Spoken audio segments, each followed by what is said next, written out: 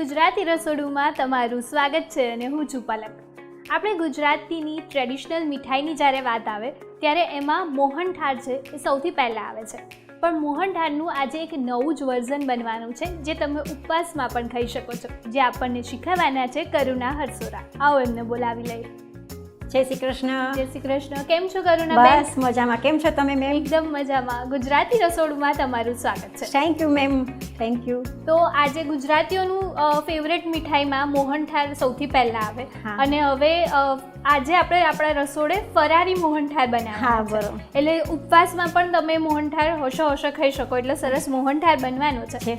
તો એના માટે કયા ઇન્ગ્રેડિયન્ટ્સ જોઈએ? એના માટે આપણે જોશે રાજગરાનો લોટ, ઘી, ખાંડ, કાજુ, બદામ, એલચી પાવડર, કેસર, ઘી, દૂધનું મિશ્રણ. ઓકે, તો સરસ મજાનો ફરારી મોહનથાળ બનવાનો છે. એના ઇન્ગ્રેડિયન્ટ્સ આપણે જોઈ લીધા. તો ફરારી મોહનથાળ બનાવવાની શરૂઆત કરીએ. હા. સૌથી પહેલાં શું કરીશું? પહેલાં આપણે આ રાજગરાનો લોટ લેશું, એને આપણે પહેલાં ઘી દૂધનો આપણે ધાબો દઈશું. ઓકે, કેટલો લીધો છે રાજગરાનો લોટ? મેં 125 ગ્રામ રાજગરાનો લોટ લીધો છે. હવે એની સામે આપણે ઘી દૂધનો ધાબો દઈશું.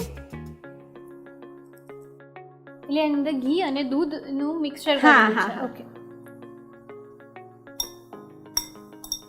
એટલે જેવી રીતે આપણે ઘરે મોહનથાળ બનાવતા હોય છે ચણાના લોટનો, એવી રીતે સેમ છે, પણ આની ચણાના લોટની જગ્યાએ આમાં રાજગરાનો. આ શું ફરાળમાં આપણે લોકો ખાઈ શકીએ છીએ. બધા રાજગરાનો શીરો તો ઓલરેડી ખાતા જ હોય છે, પણ આ નવું લાગે છે ને ટેસ્ટમાં બી બહુ ફાઇન લાગે છે. હવે આનો આપણે ધાબો દેવાઈ ગયો છે. હવે આપણે ગેસ ઓન કરશું. ઓકે, હવે આમાં આપણે પહેલાં ઘી નાખશું. મેં આ 125 ગ્રામ ઘી લીધું છે, 125 ગ્રામ લોટ લીધો છે. ઓકે,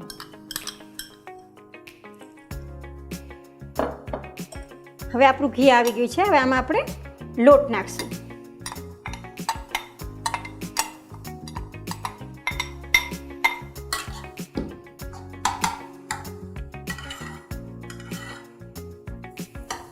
અને પ્રોપર શેકાવા દેવાનો છે. પ્રોપર શેકવા, બ્રાઉન થાય ત્યાં સુધી આપણે શેકવા દેવાનો છે. તમે જોઈ શકો છો હવે આપણું બ્રાઉન થવા લાગ્યું છે. શેકાવા પણ લાગ્યો છે ને સ્મેલ પણ આવવા લાગી. સ્મેલ પણ આવવા માંડી છે. હા, હવે આ આપણે તૈયાર થાય છે તો આપણે ચાસણીની પ્રિપરેશન ચાલુ કરી દઈશું. હવે આપણે 100 ગ્રામ મેં ખાંડ લીધી છે. હવે આમાં આપણે ખાંડ ડૂબે એટલું પાણી નાખશું.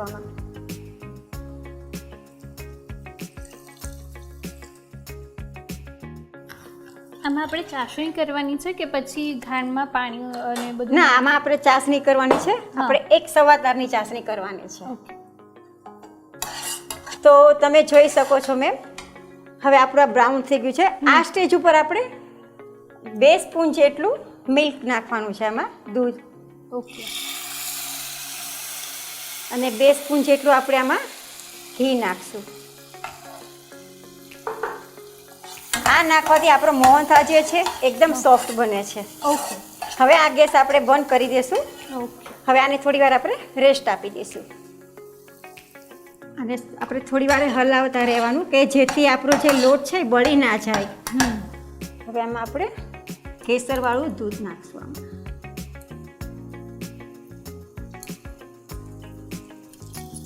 એલચી પાવડર નાખશું. આમાં કેવી સ્મેલ આવી રહી છે?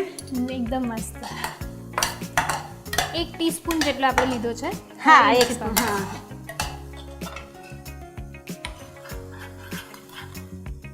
હવે બસ આપણી ચાસણી પર થોડી વારમાં તૈયાર થઈ જશે.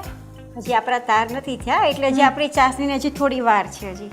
તો હવે આપણો લોટ બી શેકાઈ ગયો છે, ચાસણી બી રેડી થઈ ગઈ છે. હવે આમાં આપણે ચાસણી નાખી દઈશું આની અંદર. ગેસ બંધ જ રાખવાનો છે કે ચાલુ કરવાનો? હા, બંધ જ રાખવાનો છે.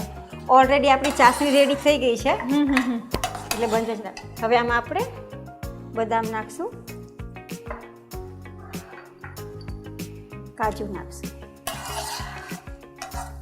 તમે જોઈ શકો છો આપણું ઘી દૂધ બધું બહાર નીકળી ગયું છે.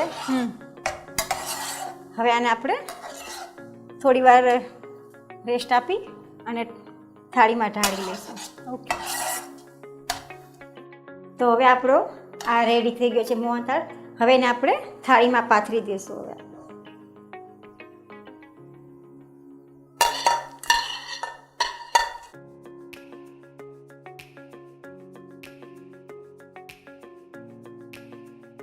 તો રેડી છે આપણો ફરાળી મોહનથાળ. હવે એને આપણે 10 મિનિટ રેસ્ટ કરવા મૂકી દઈશું. ઓકે. હવે આપણો આ રેડી થઈ ગયો છે. 10 મિનિટ આપણે એને સેટ કરવા મૂક્યો હતો. તમે જોઈ શકો છો એનું સ્ટ્રક્ચર. હવે એને આપણે પીસ કરશું. હવે આપણે સર્વ કરશું આને. તો તમે જોઈ શકો છો આપણો મોહનથાળ પીસ બી બની ગયા છે. હવે